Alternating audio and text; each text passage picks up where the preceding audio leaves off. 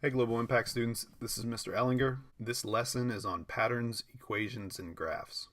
Our learning target is we want to be able to use tables, equations, and graphs to describe relationships. This is what algebra is all about, describing relationships. Essential understanding: sometimes the value of one quantity can be found if the value of another is known. The relationship between the quantities can be represented in different ways, including tables, equations, and graphs. In the last lesson, we mentioned that there's another way, and that's in words. Background for the lesson. This lesson teaches variety and flexibility in how to approach math problems. An underlying message that should be learned when studying patterns, equations, and graphs is that there is more than one way to represent a problem.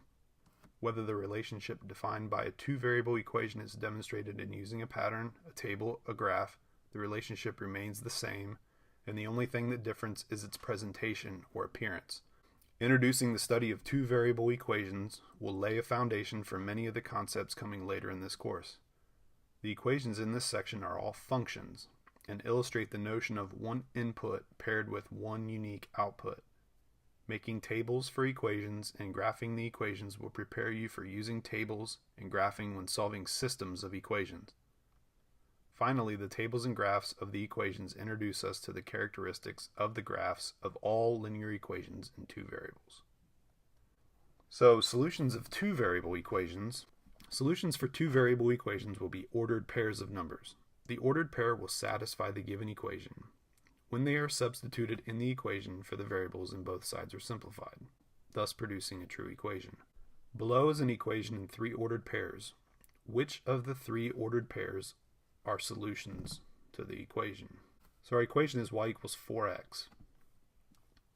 And if you recall from the last lesson, anytime we want to check or verify to see if a given solution or potential solution is in fact a solution, is to substitute the values of the variables or variable into the equation, see if the left side equals the right side. Here we have ordered pairs. Ordered pairs in general are x, y. X is first, y is second. Depending on the problem, we may have other letters, but x and y are the most common. So what we're going to do is, in each of these problems, we're going to take our x value, we're going to substitute it in for x, we're going to take our y value, substitute it in for y, and see if we get a true equation. So in our first ordered pair, 5, 20, x is 5, y is 20. So we'll put 20 in for y, and we'll put 5 in for x. 20 is simplified, the left side. 4 times 5 is 20. True statement. So that means that this ordered pair is a solution. The next ordered pair, -5, -20. X is -5, y is -20. Substitute those values into the equation. -20, already simplified on the left. 4 times -5 is -20. Another true equation. So we have another ordered pair that is a solution. Our third ordered pair, -20, 5. X is -20, y is 5. So let's substitute those values into the equation. The left side is 5, it's already simplified. The right side, 4 times -20, that's -80. Clearly 5 is not equal to -80. That is a false statement. So this ordered pair is not a solution. So right away we should notice, oh, there's two solutions now. There's actually a bunch of solutions. When we have two variable equations like this, there are actually an infinite amount of solutions. We could make ordered pairs all day long that satisfy this equation. And that's going to be interesting for some other things that we can do with equations. So here's an example of using a table, equation, and a graph to work out a problem. On the left side here, we have a worked out problem, and then I have some questions to follow up on. So our problem says, up here, both Carrie and her sister Kim were born on August 25th, but Kim was born 2 years before Carrie. How can you represent the relationship between Carrie's age and Kim's age in different ways? All right, so what we know is that Kim was born 2 years before Carrie. What we need, different ways to represent the relationship. In our plan, what we're asked, we're going to use a table, an equation, and a graph. 3 different representations of the same problem. So the first thing we're going to do is make a table. One row of the problem represents Carrie's age, and one row of the problem represents Kim's age. When Carrie was 1, Kim was 3. And we know that because Kim was born 2 years before Carrie, meaning Kim is 2 years older than Carrie. So whatever Carrie's age is, we're going to add 2 to it, correct? So we have a bunch of pairs there. When Carrie's 1, Kim is 3. When Carrie's 4, Kim is 6. When Carrie's 7, Kim is 9. And then there are others, all with a difference of 2. So there's a table that represents their ages at different chosen values. Okay, and a table is nice. It gives us a display. We can see what's going on with their ages, but the table doesn't give us all the information unless we put in every single possible value of Carrie's age and every single possible of Kim's age. So a table does have its limitations. The second thing we'll do is write an equation. We'll let x equal Carrie's age, and we'll let y equals Kim's age. Again, defining variables. From the table, we can see that y is always greater than x. Kim's age is always 2 greater than Carrie's age. So the way that we write that is y, Kim's age, equals x, Carrie's age, plus 2. There's our equation, y equals x plus 2. The third thing we can do is draw a graph. In our table, we get ordered pairs. We get pairs of numbers.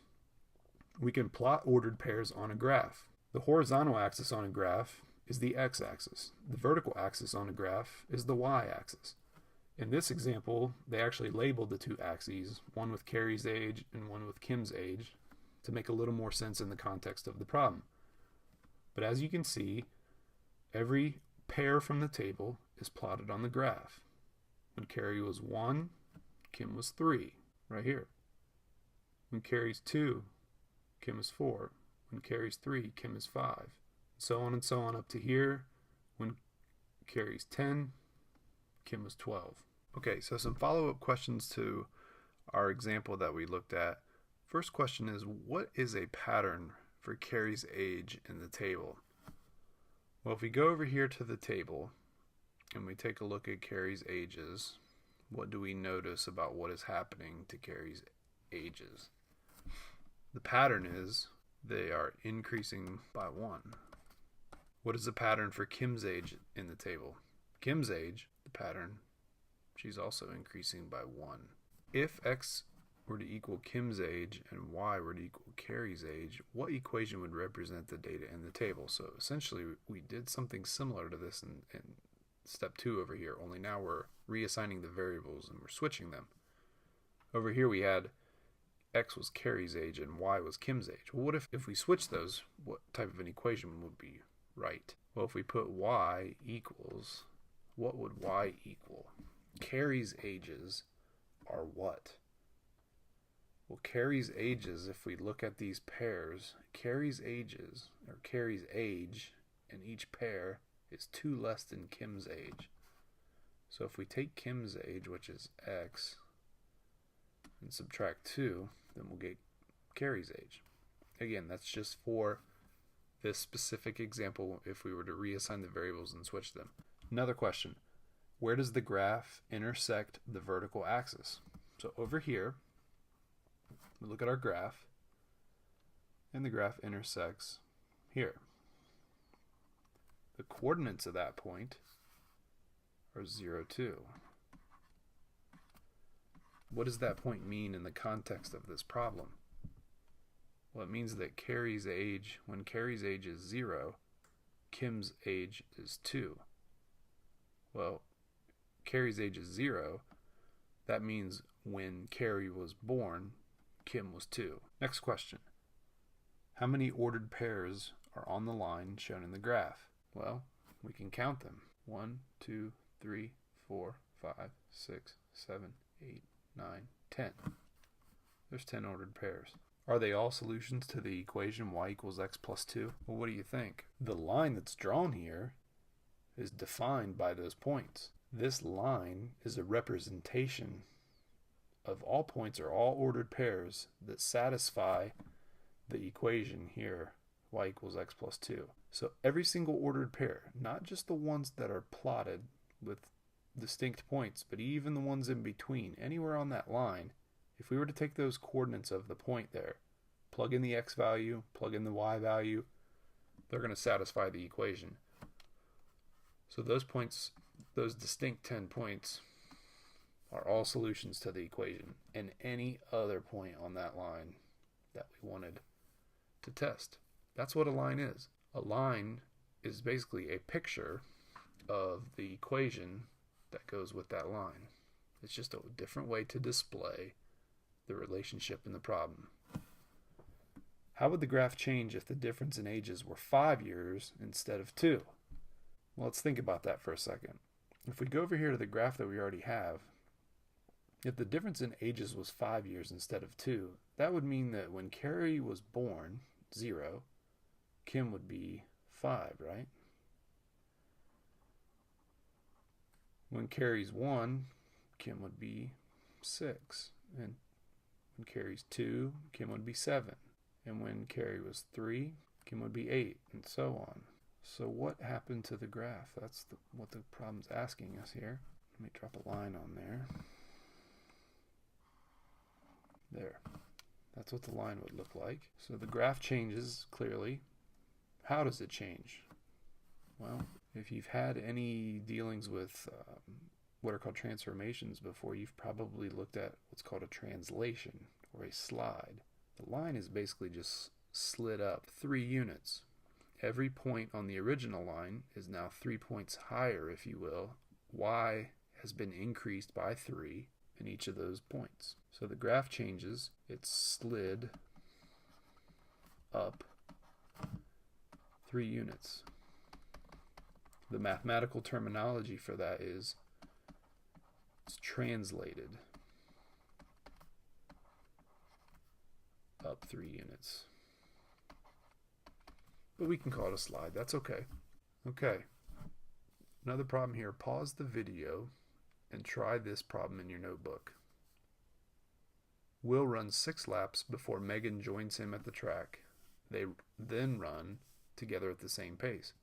How can you represent the relationship between the number of laps Will runs and the number of laps Megan runs in a different way? Use a table, an equation, and a graph.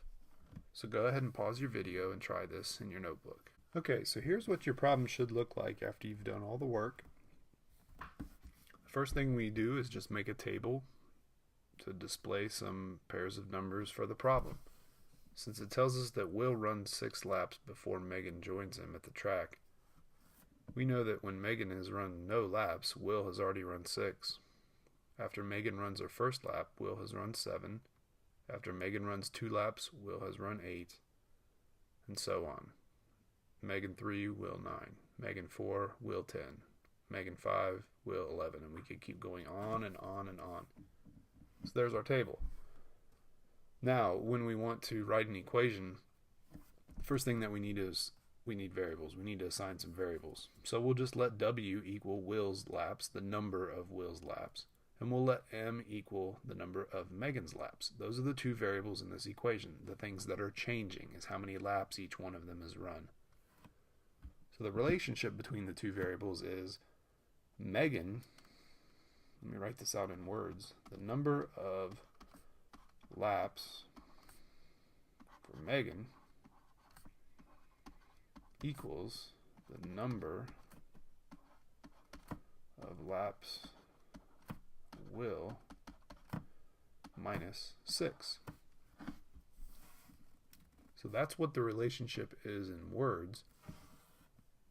We don't want all these words in an equation, so we just make this a little bit simpler and we assign variables to those verbal representations of the problem.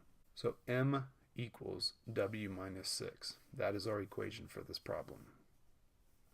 Now, if I take these points of these ordered pairs that we have in our table and put them on a graph, I will get these points, and I put Will's laps, the number of Will's laps on the horizontal axis, and I put the number of Megan's laps on the vertical axis. So I plotted these points. 6, 0, 7, 1, 8, 2, 9, 3, 10, 4, 11, 5.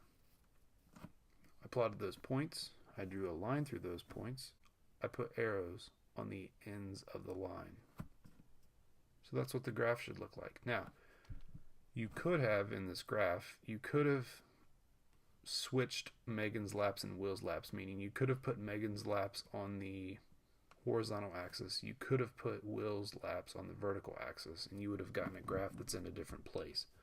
Okay? If you would have done that, or if you did that, that's what your line would look like. Okay? So, since we're talking about graphing, let's just talk about what makes a good graph. First question, what is wrong with the graphs that I have shown here?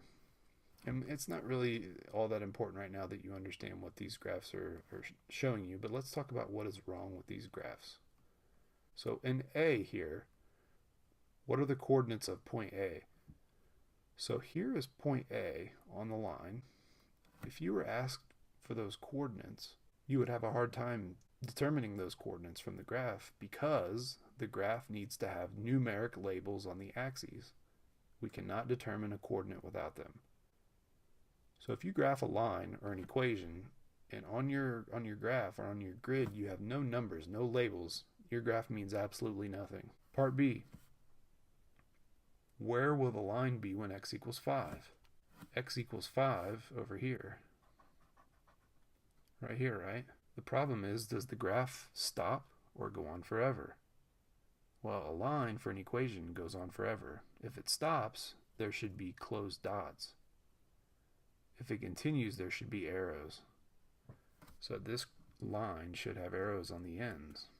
And we could even extend it down further on the graph so we can determine where the line will be when x equals 5. All right, in C, question is, what is t when k equals 1? This would be like the k-axis, and this would be the t-axis.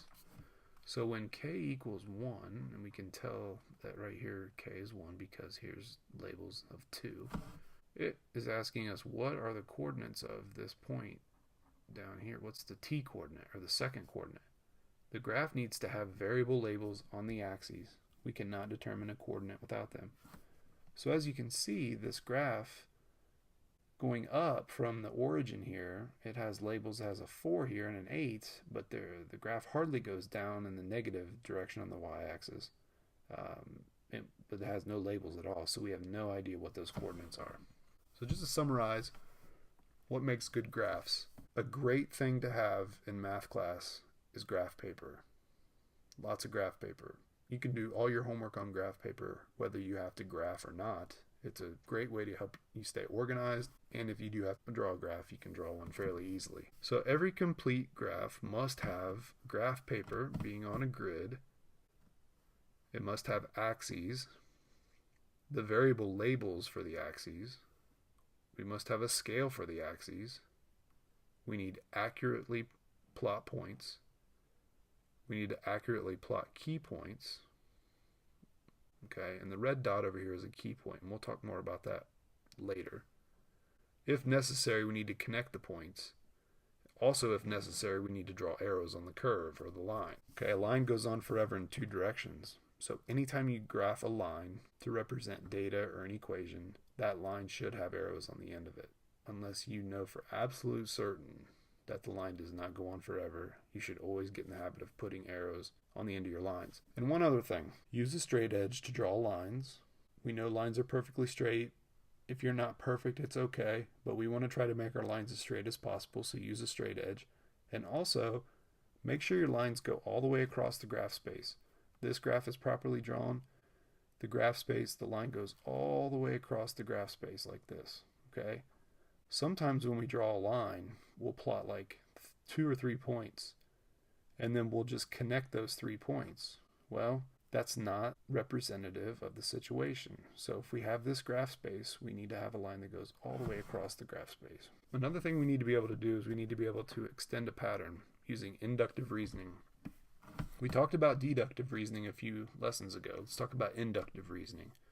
Inductive reasoning is the process of reaching a conclusion based on an observed pattern. You can use inductive reasoning to predict values. So we make predictions. So here's an example. The table here on the right shows the relationship between the number of blue tiles and the total number of tiles in each figure. So here we have a figure, here we have a figure, and here we have a figure.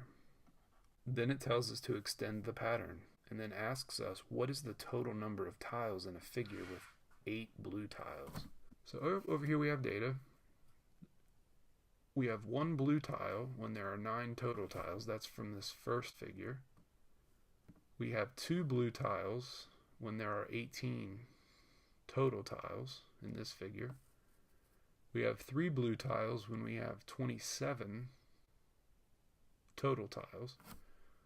So the pattern that we can see based on the specific examples that we have, which are these 3, as x increases by 1, y increases by 9. That's our pattern. So from here to here, we are adding 9.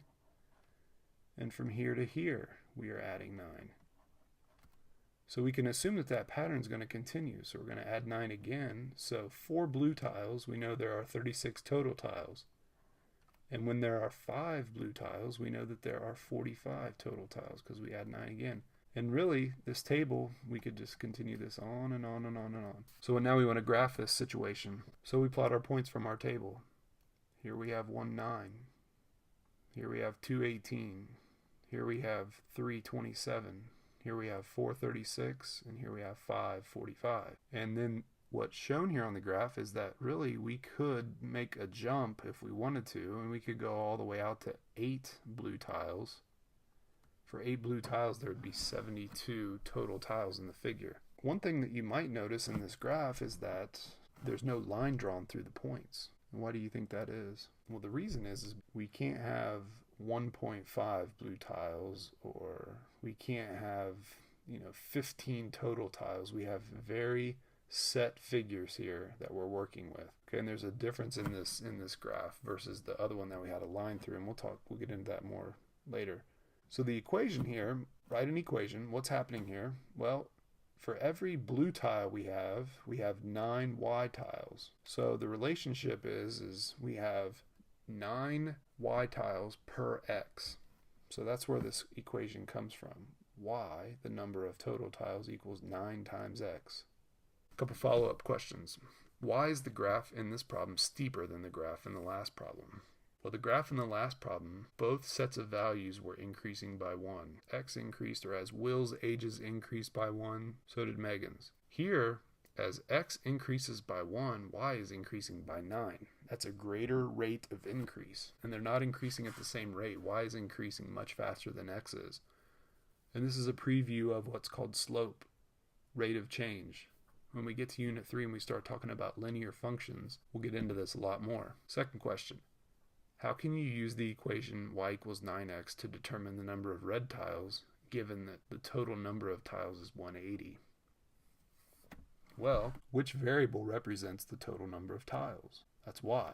So we could take 180 and put it into our equation